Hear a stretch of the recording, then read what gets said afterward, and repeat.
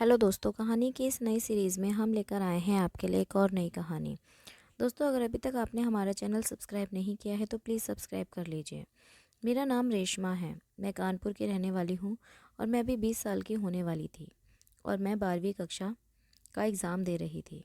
वैसे भी मेरी छुट्टियाँ पड़ जाती हैं क्योंकि मेरे एग्ज़ाम ख़त्म हो गए थे। मैं अपनी मामी के यहाँ गई हुई थी। मेरी मामी का घर कानपुर में ही है, जहाँ पर वह मुझे बहुत अच्छा लगता है क्योंकि वहाँ पर मेरे उम्र के लड़कियाँ बहुत हैं। एक दिन मैं घर के बाहर बैठी हुई थी, तभी मामी के घर में एक लड़का आता है। उसका नाम पंकज था। उसकी उम्र 22 साल रही होगी। वो मामी के पड़ोस में रहता था, इसीलिए वो अक्सर घर पर आता जाता रहता था और वह मेरी तरह तिरछी निगाहों से देखता हुआ घर के अंदर निकल जाता है। वैसे ही मैं एक बात बताऊं, वह देखने में बहुत ही सुंदर और हसीन था। उसकी बॉडी तो मानो अच्छे अच्छे हीरो को फेल कर रही थी। उसकी पर्सनैलिटी को देखकर अच्छी अच्छी लड़कियां उस पर नज़र मार रही होंगी। ऐसे मैं सोच रही थी कि वह 10 मिनट के लिए घर आता और फिर निकल जाता, और जब उसने मुझे देखा तो वह हर रोज़ घर आता है। एक दिन मैं घर पर अकेली थी, सभी बाज़ार गए हुए थे। तभी वह घर के अंदर आता है और मैं अकेली होती हूँ। जैसे उसको देखती हूँ, मेरी तो धड़कनें बहुत तेज़ हो जाती हैं और वह मुझसे पूछता है कि घर में सभी लोग कहाँ गए हैं। मेरी धड़कनें इतनी तेज़ थी कि मैं हड़बड़ा गई, तो मैं उसको जवाब नहीं दे पाती। तभी वह आता है और मेरे कंधे पर हाथ रख देता है, बोलता है, अपने दिल को शांत रखो, आप ऐसे घबरा क्यों रही हो। थोड़ा मेरे को तसल्ली होती है। फिर मैं बताती हूँ, सभी लोग बाज़ार गए हैं। मैं बोला, आप बहुत ही खूबसूरत और क्यूट हो, आप बहुत ही अच्छी लगती हो, आप जिसको मिलोगी उसकी किस्मत चमक जाएगी। जैसे उसने ऐसा कहा था, मेरी धड़कन दोगुनी स्पीड से बढ़ गई।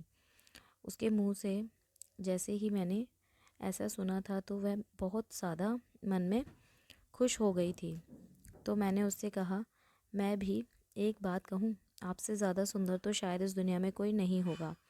लड़के ने बोला, यह तो आपका प्यार है जो ऐसे बोल रही हो। और उसके बाद लड़के ने धीरे से मेरे गाल को छुआ और मैं शर्मा गई। फिर उसका हाथ मेरी कमर की तरफ बढ़ने लगा। मैंने उसको यह बोलकर मना कर दिया कि मामी और सभी लोग बाज़ार से आते ही होंगे, बाद में आना, फिर हम बातें करेंगे। मैं रात भर उस लड़के के ही सपने देखती रहती हूँ। दूसरे दिन फिर वह आता है, और क्योंकि बाज़ार में इन दिनों गेहूं की कटाई चल रही थी, इसीलिए घर में कोई नहीं रहता था। वह मुझसे मिलने के लिए आता है। शायद मैं ऐसा सोच रही थी कि वह फिर से पूछता है कि घर के सारे लोग कहाँ हैं। मैं वही बात बताती हूँ कि बाज़ार गए हुए हैं। तो वह मेरी तरफ तिरछी निगाहों से इशारा करता है और उसके इशारे में समझ गई थी, और इशारों इशारों में हम दोनों ने बात की थी, और जो उसने इशारे में बोला था वह मैंने उसके लिए किया था। वह मुझे किस कर रहा था। मुझे अचानक घर के बाहर हलचल सुनाई दी क्योंकि मामी मामा आ गए थे। तो फिर हमने वहीं रोक पर दिया था और फिर वह लड़का चला जाता है। लेकिन अब वह रोज़ घर आता है और मैं उसके लिए रोज़ वही करती हूँ जिससे उसको बहुत खुशी मिलती है, और उसके लिए जो मैं करती हूँ मुझे भी बहुत खुशी मिलती है। एक दिन वह लड़का और मैं दोनों घर के काम कर रहे थे, तभी मेरे मामी और मामा आ जाते हैं और हम दोनों को देख लेते हैं। वह मुझ पर बहुत गुस्सा करते हैं और बोलते हैं, तुम दोनों की हिम्मत कैसे हुई ऐसे करने की। तो वह कुछ नहीं बोलती और लड़का भी कुछ नहीं बोलता। मेरी मामी के लड़के के 2 थप्पड़ मार देते हैं और लड़का पता चला जाता है।